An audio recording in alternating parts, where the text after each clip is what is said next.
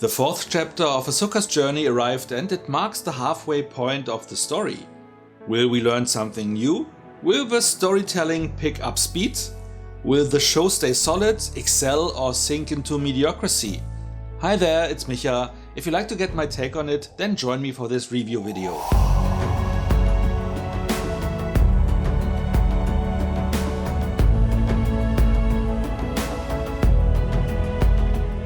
The fourth entry, titled Fallen Jedi, starts with Huyang working on the repairs of the damaged ship, while Ahsoka discusses the possibility with Sabine that they may have to destroy the map to keep Thrawn in exile, even if that means closing the door on Ezra too. Sabine agrees with a heavy heart. That moment Balin's minions found the ship but can be fought off by Team Ahsoka, while Hera and a handful of pilots disobey the Senate's order and head to Ahsoka and Sabine to help them stop Morgan Elsbeth, who, meanwhile, is getting close to decoding the needed hyperspace coordinates. Sabine and Ahsoka, on their merry way to prevent this, run into Marok and Shin Hati. After slaying Marok, Ahsoka continues on, while Sabine dukes it out with Hati, not really winning the fight, but chasing the Dark Apprentice away. At the, let's call it, map decoding station, Ahsoka crosses sabers with Balin's skull, but manages to grab the map before Thrawn's location was extrapolated, just to get her hand burned by it and overpowered by Skull. There Sabine arrives and Ahsoka manages to tell her to destroy the map, before Balin pushes her off a cliff. He then talks Sabine into handing him the map, promising to reunite her with Ezra, finishes the calculation and with the coordinates found, he destroys the map. As Hera and her group arrives, they can only witness the villains jumping to hyperspace, demolishing most of the fighter jets in the wake of their jump. The episode ends with Ahsoka waking up in the world between worlds, where she is reunited with Anakin Skywalker.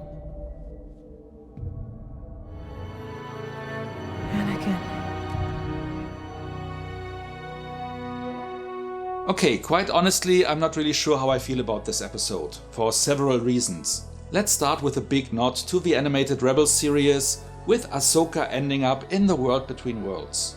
For everyone who hasn't seen that show, this is a place where time doesn't exist. It is full of pathways and gates which leads to specific moments in time.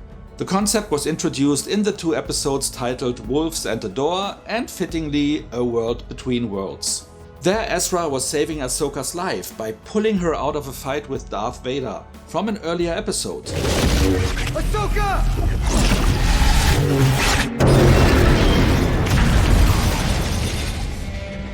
But he was unable to save Kanan, as rescuing him in the moment he sacrificed himself to save the team would result in the team dying, including Ezra. Ahsoka later returns through the gates to not disrupt the timeline. In the original episode, we didn't see that she was rescued, but saw her surviving, assuming she managed it on her own, which would have been fine. I wasn't sure how I felt about the whole concept back then, and I'm torn now as well.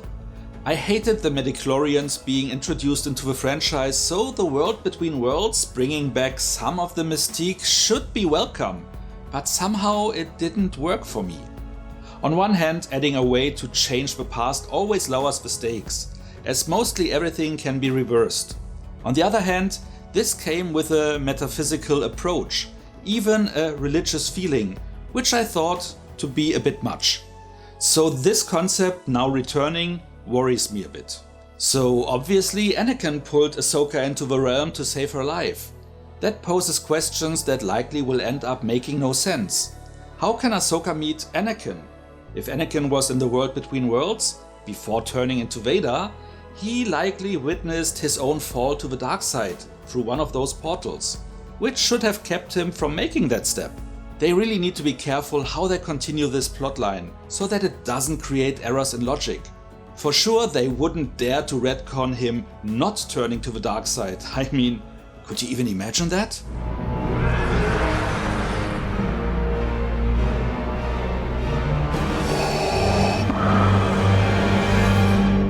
Well, if they would use this plot device as a means to retcon the future, like, let's say, making so that episodes 7 through 9 never happened, I would be totally on board with that.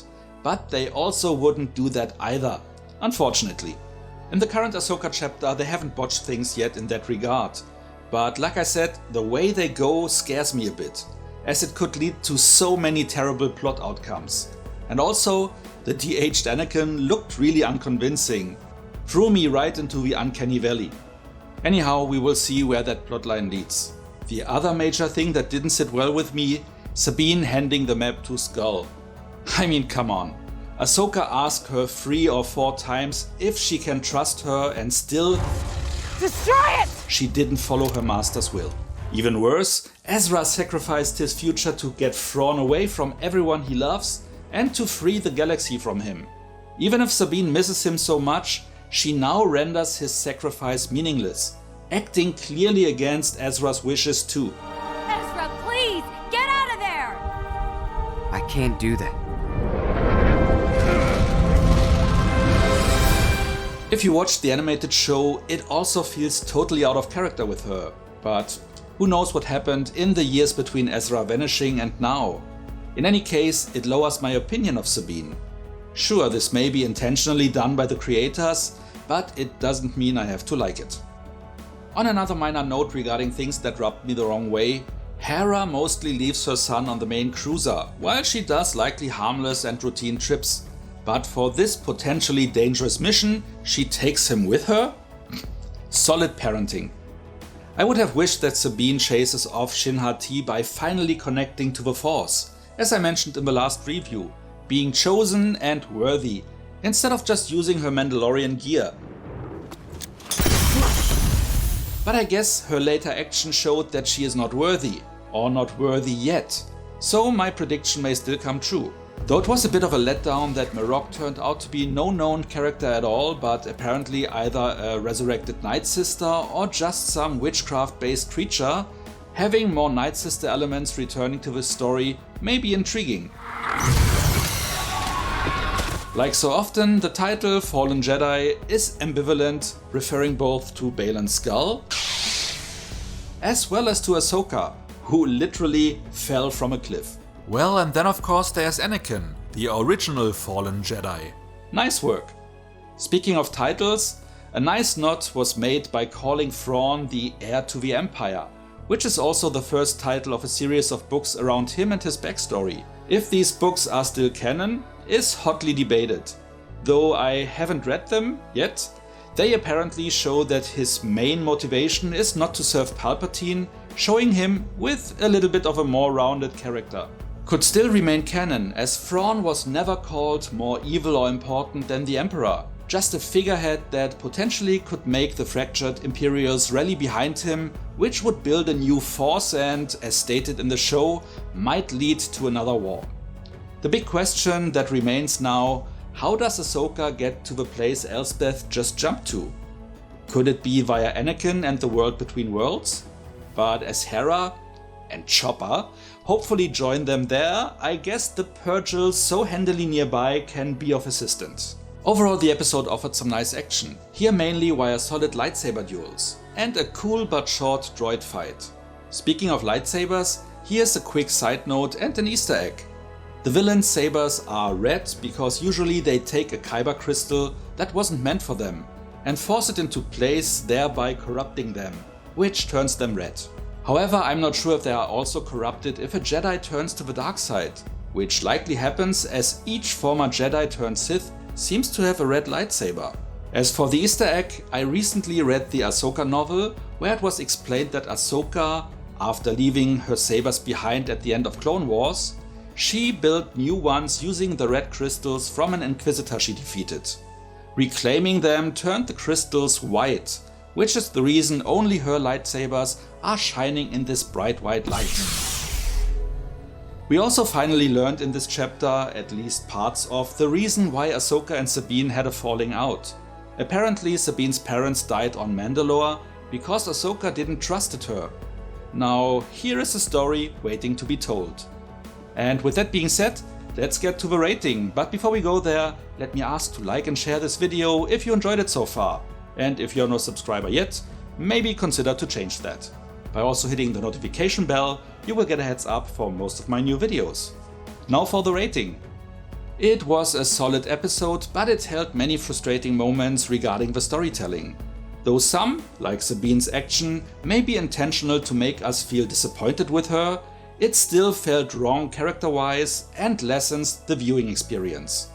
By the way, I appreciate Rosario Dawson and her portrayal of Ahsoka, but I think the directors should cut down on the time she just stares silently at things while crossing her arms. It might be something that came with age, but I don't remember Ahsoka doing that in the past, at least not that noticeable. Also, the trope from last episode returns, this time showing us some Republic equivalents of red shirts, of which of course most died, except for the one pilot we know from The Mandalorian, Captain Carson Teva. Though I shouldn't consider my fear for what shenanigans they will come up with in the World Between Worlds, and I won't, Sabine's action will factor into the rating. The episode was still entertaining, but had more than just a little room for improvement. I know that many fans loved this episode, but for me, it was just a 6 out of 10 points, as opinions are always different and ratings can never be completely objective. I really hope this is a one-off and the rest of the show will make up for it. That way, the overall experience would still be more than solid, though rumors say that the next chapter is almost entirely taking place in the World Between Worlds. Oh boy! What about you? How did you experience this one? Are you on board with the World Between Worlds? What do you think about Sabine's betrayal? Do you think the Purgils will take the whole remaining team to Peridia? Whatever you like to share, let me know in the comments. So much for now, see you next time and thanks for watching. Ezra was saving Ahsoka's life by pulling her out of a fight with Darth Vader. The fourth chapter of Ahsoka's... ich kann nicht mehr sprechen.